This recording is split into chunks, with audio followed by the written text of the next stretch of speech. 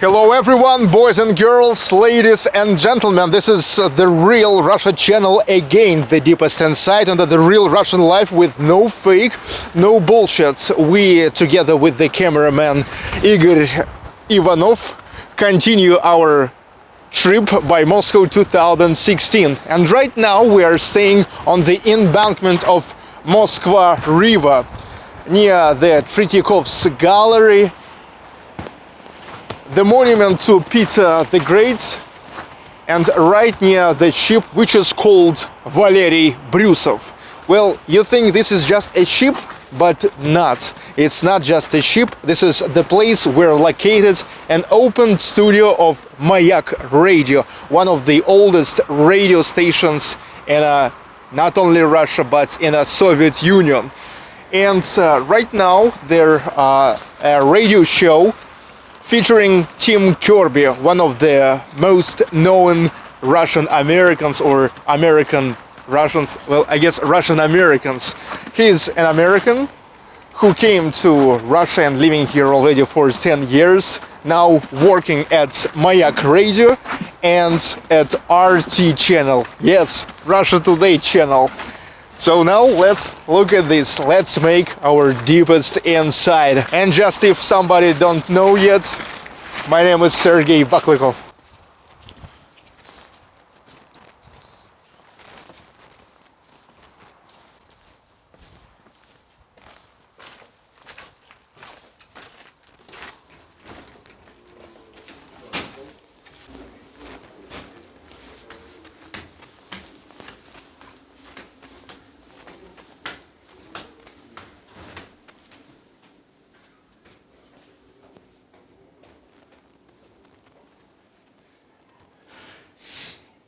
Okay, now we've got inside of Valery Brysov ship, which is standing on the Moskva river, and this is an open studio of Mayak Radio, one of the oldest radio stations in Russia.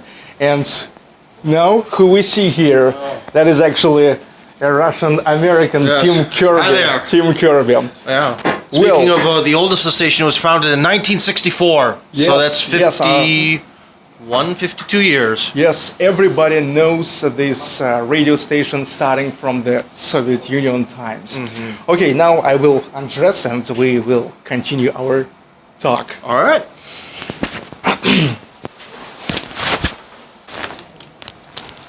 This is not the main studio of Mayak Radio, it's so-called open studio. So what's the point of this? The point is to get to know the fans a little bit better, because in the past, at one of the parks, we had basically like our own little booth or I don't know, radio bunker, and people could just sort of walk in and talk to us. And you know what?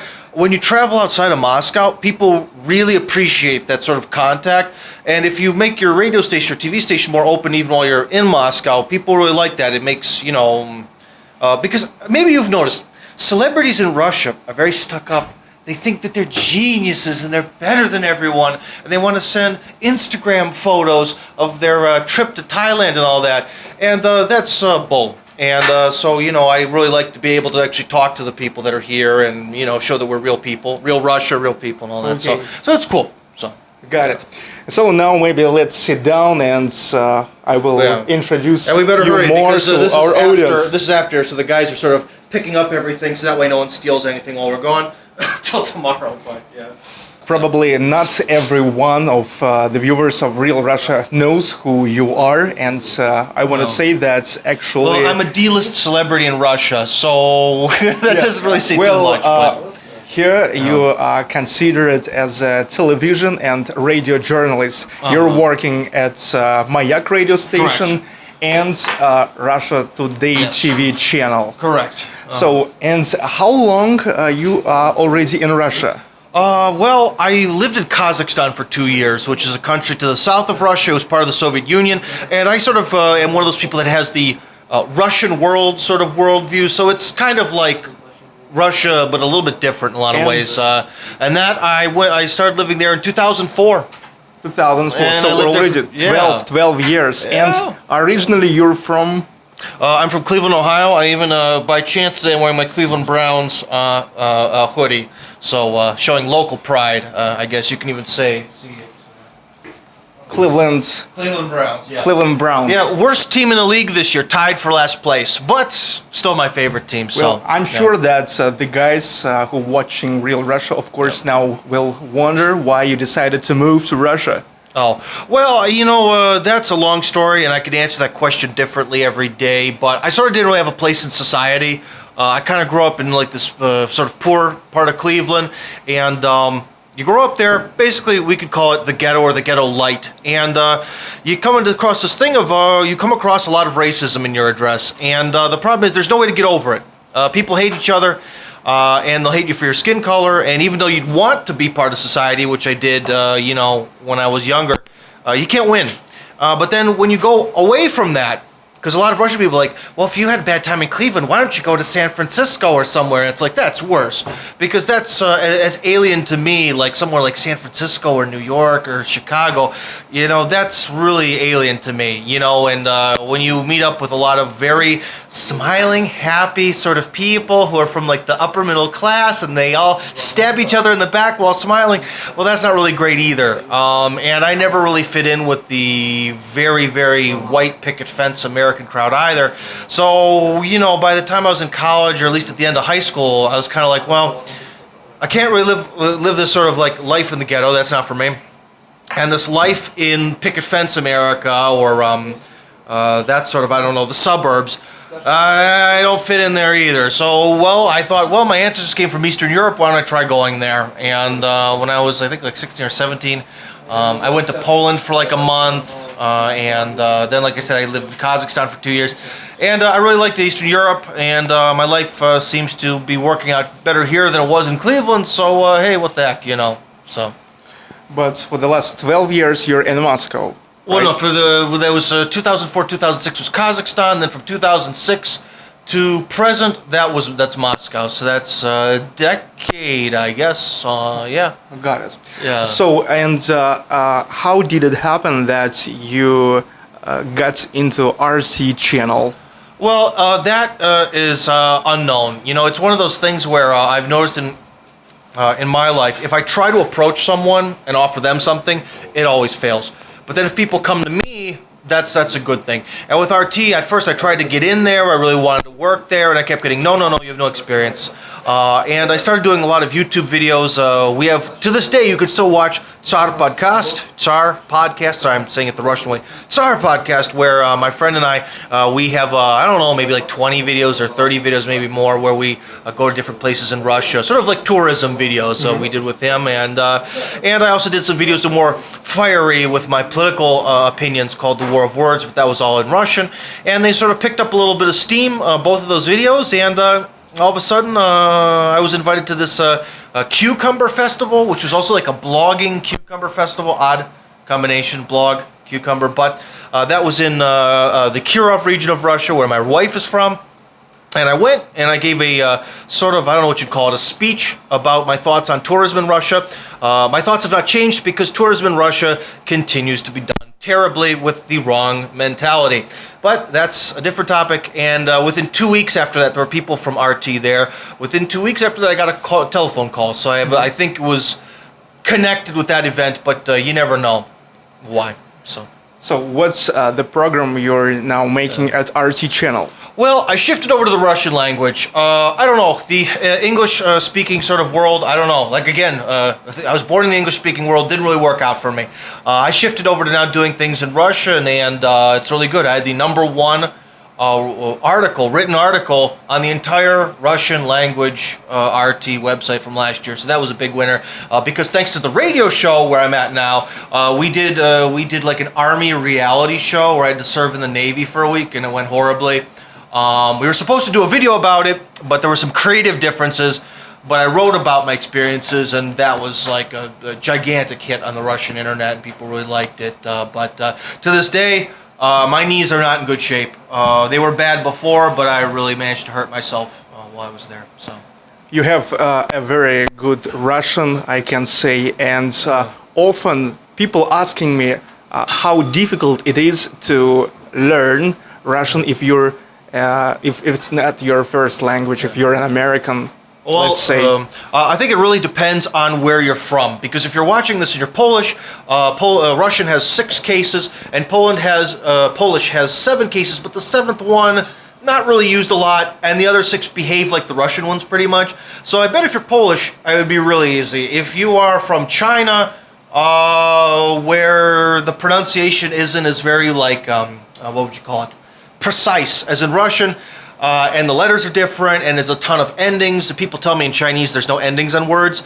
It's going to be hell for you. So it depends on your ethnicity or your original language and your desire. If you want to do something, you'll do it. All languages are hard because people in Russia always say, no one wants to learn Russian because it's a hard language. No one wants to learn Russian because it's a hard language. Like I said about Polish being similar, for Polish people it's not that different. It's maddening because they're all hard. Because I'm sure, as you know, as you hear people in Moskva speaking English, everyone sucks at it. If English was such an easy language, because people are told that English has become the world language because it's easy. No, it's not. It has to do with the United States winning the Cold War. That's the reason why. And then people are told that it's easy, and it's not. Because it's very hard to learn a foreign language, and no matter how long people live in America, a lot of times they still can't speak English perfectly or even the way, even close to the way native speakers do. Not a problem. Come to America, you speak English 5 out of 10, I got no problem with that. You just got to speak some English. And the same thing with Russian, you know. I make a lot of mistakes when I talk. I've lived here forever. And we start the radio at 7 a.m. The program starts. Same about me. I still make mistakes sometimes. In general, my speech is kind of understandable, but can make some the mistakes. Thing is, too, you haven't lived, from what I understand, you've never lived in America or England, correct? I never been outside of Russia. Well, then you're doing fantastic, because the only reason I know Russian is because I live here. I'm not like some sort of genius of languages or anything. And I have pretty bad pronunciation, and I screw up a lot of things. But it's hard. Languages are hard. Not just Russian. They're all hard. Got it. Now, the question again about RT channel. The thing is that pretty often I receive the questions from people from all over the world that they heard that Russia Today RT channel is a propaganda. So what you think about as a direct representative of RT channel? Well, I'm not a direct representative of the channel, but I can tell you one thing is that every news source requires financing. If you go to Russia Today, if you go to CNN or the BBC, you'll see a lot of people in a big newsroom using computers, writing. They all get salaries. This costs a lot of money. I forget what the budget of the BBC is, but I think it's like 700 million pounds, if I'm not mistaken. And I believe RT's budget is somewhere like $300 million, and so on. So you're talking big money. And guess what? The people who can finance big media are either massive corporations, like with Fox News and Rupert Murdoch, or governments. And do governments and massive corporations behave themselves all the time? Do they ever put their own interests ahead of maybe the truth or honesty? Well, these things can happen. You know what I mean? And that's just the nature of the beast. And one thing is why I am a big proponent of is to have various different media. You know, if we, it's a good thing we live in a world where there are at least now, after Russia Today appeared especially, we live in a world where there are a couple voices, and that's good, because if we have these large, like I said, corporations and large governments, maybe all sharing different opinions, different views, people can watch all these different views and somehow find the truth for themselves, and that's the way to do it. But to be honest, anything can be considered propaganda. You know what I mean? Like, for example, your Real Russia blog, you have your own opinions, you have your own view on things, and someone could say, hey, that's propaganda. Why are you showing Russia? Why are you showing Russia to people who speak English and trying to propagandize them? Yes, I hear this all the time. That Russia is wonderful and amazing, blah, blah. Well, what if I would love to, if someone wants to finance me, to be honest, I don't really like Cleveland that much. I had bad experiences there. Except the football team. Love the football team. My parents left Cleveland to go to Ashtabula. If you want to finance me, I'll go right now to Ashtabula and do a video about how awesome it is, because it's actually a really nice place to live. No problem. And the other thing too is I try myself to, try to keep a balanced perspective on things. And also, no one tells me what to do or what to write. I don't know about other people who work at the media outlets that I've worked at, but everything that I say on camera or write, that's all from me. And I haven't ever gotten some sort of censorship like, Putin doesn't like that. You can't say that. But that's me personally. And when you're talking about a company that's thousands of employees, people might have different experiences. So I can only speak for myself. So.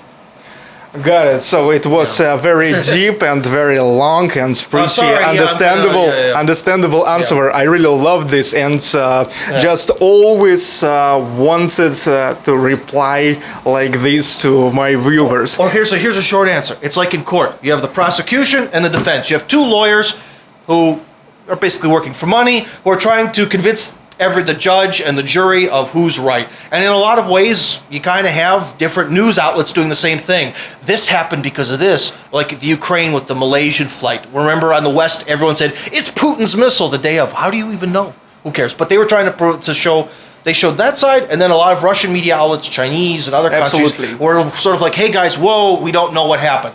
And so you have these two views, and you present it to the public, and hopefully the public is smart enough to see whose view is more logical. You know. Actually, all we know is we are getting from the information, and it just depends where from you're getting this. Well, yeah, that's another thing where when that happened, that event, every blogger in Russia all of a sudden became an expert on the effects of a civilian aircraft getting hit by a rocket. Or machine guns, as some people have this theory that it was actually shot by the guns on a plane. But whatever, you know. And that's kind of part of the problem is there's a lot of things that we just don't know. And I'm not going to tell you that, I saw the plane, I saw the metal, I know what happened. You know, pretty often people asking me why you're not talking about politics. And in one of the videos I responded that actually I'm not making this because my channel don't even have a budget for this to go to those places, and I don't want to look like I'm an expert just discussing what other media's told. Well, if I will go myself to that places and will talk about what I see myself with my own eyes, I can discuss this, but not when I just sit at home. Yeah, that's another reason why I try to really not talk too much about, like, for example, the Middle East, because this is something that happens in Russia. You have people who come from the West, they maybe on occasion spend time in Moscow, they probably don't speak Russian, and they all talk to each other about Russia, and that's analysis of what's happening in Russia, which is absurd. And even some people who have a more pro-Russian opinion who live here, they still don't even really talk to the average Definitely, masses. it's absurd to discuss what other media's told you. But how you know if it's truth or not? Or even so, even the other day I was talking to someone who's not connected in any way to the news or media, and she was just like, my sisters tell me that everything in Russia is evil and there's all these repressions and stuff, and I asked her how she know, and she was like, well, the BBC did an interview with some teenagers who came out of college, you know, like after college, you know, they interviewed some kids on the street. Just, how do they know? It's just, it's feelings, you know? And also, when people speak English really well in Russia, I don't know if that includes you, it generally means that they don't like Russia, because English is the sort of gateway to get out of Russia. And so if you go to some English club in trendy Moscow at a trendy cafe, you'll meet a lot of trendy people who hate the stupid unwashed masses like me and our guys here who are cleaning up the equipment. You know what I mean? So if my guys will want to get to know more about you, where they can find you? Facebook? Well, yeah, on Facebook you can look up Tim Kirby. I think I have a more serious icon right now where I was at a big youth conference in St. Petersburg. I'm sort of looking down at the table like this. I think that's my current icon. Yeah, and at RT you can maybe look up my old stuff. I think a lot of the articles I first wrote when I went to RT died when they redid the website. They made the website a lot prettier and more efficient, and I think everything died. But but the problem is if you find anything on me in English, if someone's writing about me, they'll be like, this guy is... Can you swear on your show? Yes, of course. They'll be like, no bullshit. Okay, they'll be like, this guy is a shithead, he is some sort of fascist, and he's an America hater. When I'm not, because I've never propagated any sort of Aryan race bullshit. And I don't hate the United States. My anger is more, if there's any political anger, it's towards the U.S. government and a lot of their hypocrisy and stuff, which is, I think, one thing people mistake, where people in Russia are really angry at U.S. governmental hypocrisy, whereas people in Russia do like their Hollywood movies. I know a lot of people who are envious of Americans' ability to buy guns. Well, in Russia you can buy a gun too, but it's a big process. And there's a lot of things that people like about the United States on the ground. It's more the United States government, the foreign policy, the State Department telling people in Russia, you need to do this, you need to live this way, you have to do this, this, and this. And no one likes that. And Russia wants to have its own thing, but people in Russia want to visit Europe. They want to visit the United States. They want to see the Grand Canyon. For some reason, people really like the idea of the Grand Canyon, and they're offended I've never been there. I don't know. It's hot. It's the desert. It's a canyon. I don't know. Maybe. I don't like hot weather. But I don't know. Maybe I'll have to go see Niagara Falls. It's a crime. Because Ashtabula is like 2 hours from Niagara Falls. Never been there. So I have to do that. But nah, I don't want to go see the Grand Canyon. But anyways, you know, that's sort of the thing. The average person in Russia is not against the American masses. They're more against people, well, George Soros is an immigrant, but people like George Soros who are like finance, hyper radical, far left, super liberal ideas of getting rid of everyone's, you know, I don't want to get into the George Soros thing, but that type of people. That's who they're angry at from the West. The meddlers, you know, so. Thanks so much for this no fake, no bullshit interview, special No for bullshit. Real Russia channel. My name is Sergey Baklikov, behind the camera. Igor Ivanov, let me show you, man. Oh, there he is. And this is Tim Kirby. Keep watching Real Russia, keep watching Tim Kirby, or start watching Tim Kirby. And never forget to comment, like, and subscribe. See you.